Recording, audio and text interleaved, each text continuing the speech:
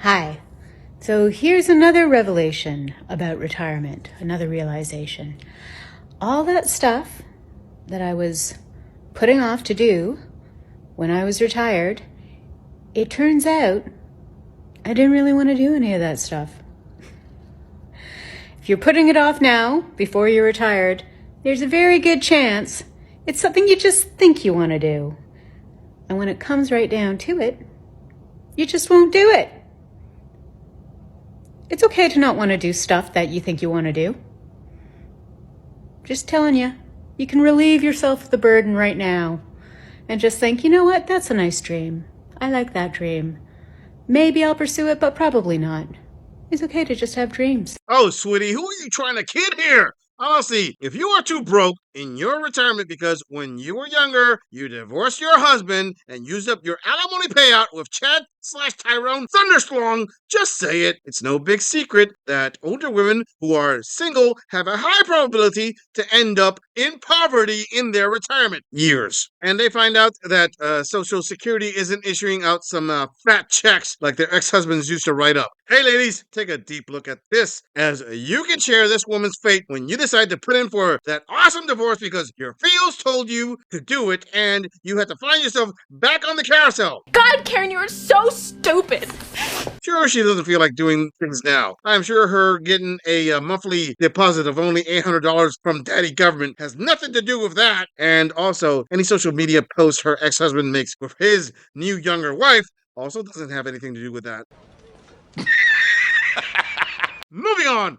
I am 41 years old and I have absolutely no savings for retirement. I've spent the last 10 or 12 years being a broke single mom and at times living off of food stamps. Any time I've ever gotten ahead financially, I've always had a setback. I'm currently like $14,000 in credit card debt and $83,000 in student loan debt. And I don't even have a master's degree. I went to University of Phoenix and got scammed, and I'm hoping to get my University of Phoenix loans forgiven, but that's still pending. Even at that, I still owe $27,000 because I ended up going to a brick and mortar school. So I don't know when I'm ever going to retire. I plan on at my cubicle. Okay, this gem of a post-war broke Dusty Queen made another longer video giving more details on how she ended up like this. And trust me, it gets worse. But we're just going to audit this video.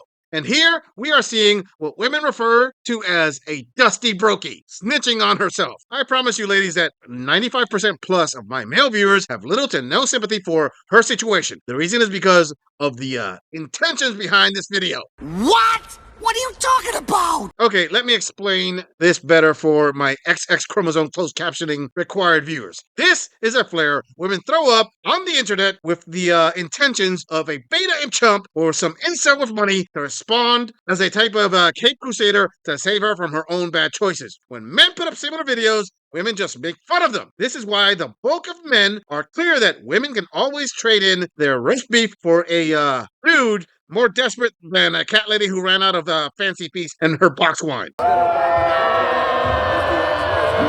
There isn't any real equality when it comes to dating. You ladies want the best of both worlds. Unfortunately, for this post-war queen, her roast beef market value is on the low end unless she gets with a man in his mid to late 50s. Before we move on, I want to bring attention to the fact that 79% of my viewers are not subscribed to my channel. Come on, you've seen my logo on other channels, and you are already here. Just hit that subscribe button to support the channel. It really helps. Moving on. It's the dads that have never been put on child support that have the most audacity.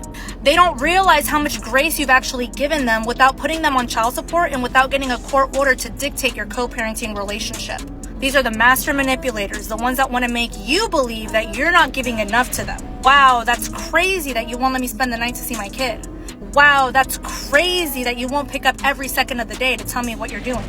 Wow, that's crazy that you ask me for anything that our child needs. So wow, that's crazy that you won't give me a ride or meet me somewhere to see our kid. You know what's crazy to me is seeing a dad complain about exerting any level of effort to be involved in the child's life. And as soon as you set those boundaries, as soon as he gets put on child support and he realized that now the OAG's in his pockets, they stop with the wow, that's crazy. And I hate to say it, but as somebody that sees this day in and day out as a family law attorney, they stop seeing the kid too. Because it was never about the kid to begin with. It was always about you. It's crazy. Mama say that happiness is from magic rays of sunshine that come down when you're feeling blue.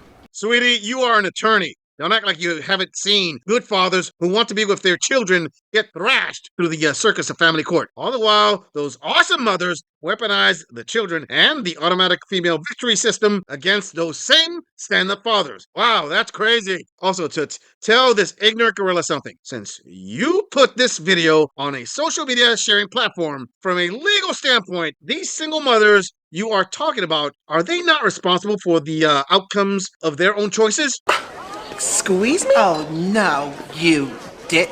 They decided to be mothers, and they chose the men they are currently complaining about to be the fathers of the children they brought full term. To this knuckleheaded gorilla, it seems like what is good for the goose is good for the gander. I mean, women manipulate the hell out of men, and the legal system, now a male manipulator is a bad person when the single moms are the ones on the receiving end? Sister, all I'm hearing from you is, oh, it's so not fair that some men have learned to use women's tactics against them. Not fair! You say that so often. Wonder what your basis for comparison is. Moving on. Why don't sperm donors have to pay child support?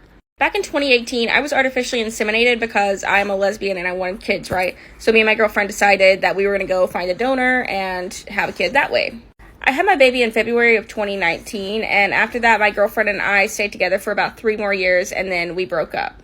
My girlfriend never signed the birth certificate of our child, and it was also illegal for same-sex couples to adopt a kid at the time, so she never became the parent of our child legally. And so when we broke up, she said that she had no legal obligation to this child, and she didn't want to be the parent anymore. Of course, I was like, whatever, that's fine, just give me, some child support. And she said, did you not hear me? I have no legal obligation to this child. I'm not going to pay child support. So, of course, I'm like, what the hell am I going to do? Because I've never had a job. So how am I going to find one that is going to pay me enough to support my family? So now I'm trying to get the sperm donor to pay child support because biologically he is my daughter's parent. So I want him to give me his half. Of course, they're refusing to give me his contact information. So I don't know what to do at this point, but I just think it's really messed up that somebody can just go donate sperm and then have nothing else to do with the kid that comes from it. Lord have mercy, I'm about to bust. I honestly can't tell if this is satire or not, but let's assume she's actually serious. Yeah, sweetheart, the sperm donor is protected. It is totally messed up that states actually have sperm donor rights on the books, as in the U.S., most states require sperm donors to sign away their parental rights. But when you are a lazy, money-hungry slob, I guess expecting you to be responsible for your choice to become a single mother is just too unfair, and you need to throw it on top of someone else's shoulders. Damn, what does it say about having to handle a single mom when a lesbian dropped the deuces on her and headed out the door quicker than you could say, I am strong and independent? Damn!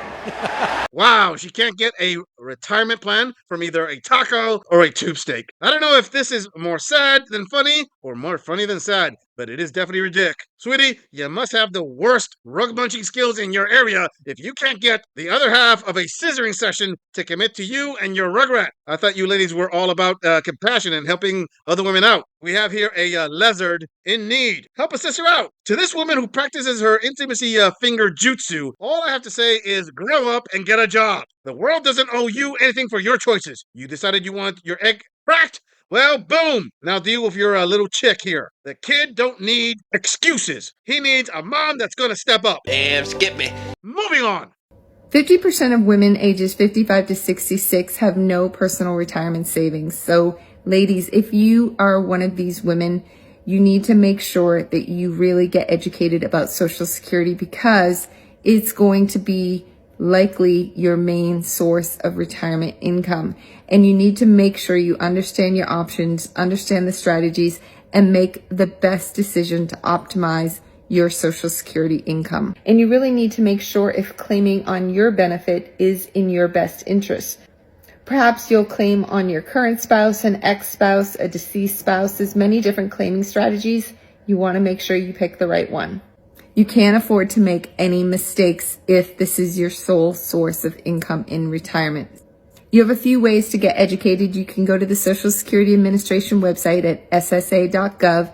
Definitely set yourself up an account, check your statement, make sure your earnings record is correct.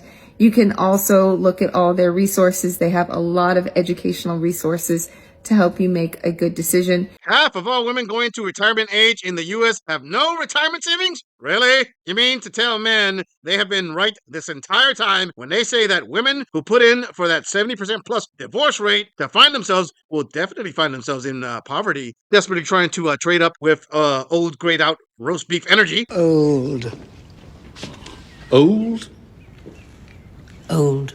And as for those grandother post-war Coains claiming their Social Security benefits, they are more than likely going to check the ex-spouse box to enjoy the scraps of a minimum wage government check while their ex-husbands are taking their new younger wives on vacation trips to the Bahamas, Aruba, and Bali. All the while, you strong independent, I need to find myself hard-charging retired femmes can enjoy the dollar discount buffet at the retirement home. But hey, your kids will pop in every now and then with leftovers from last night's meatloaf to give you variety. This is the sad reality that the bulk of you women don't look at in the long term when you decide to destroy your marriages because your temporary feels told you that the meat waiting for you on the carousel was as magical as the Harry Potter series.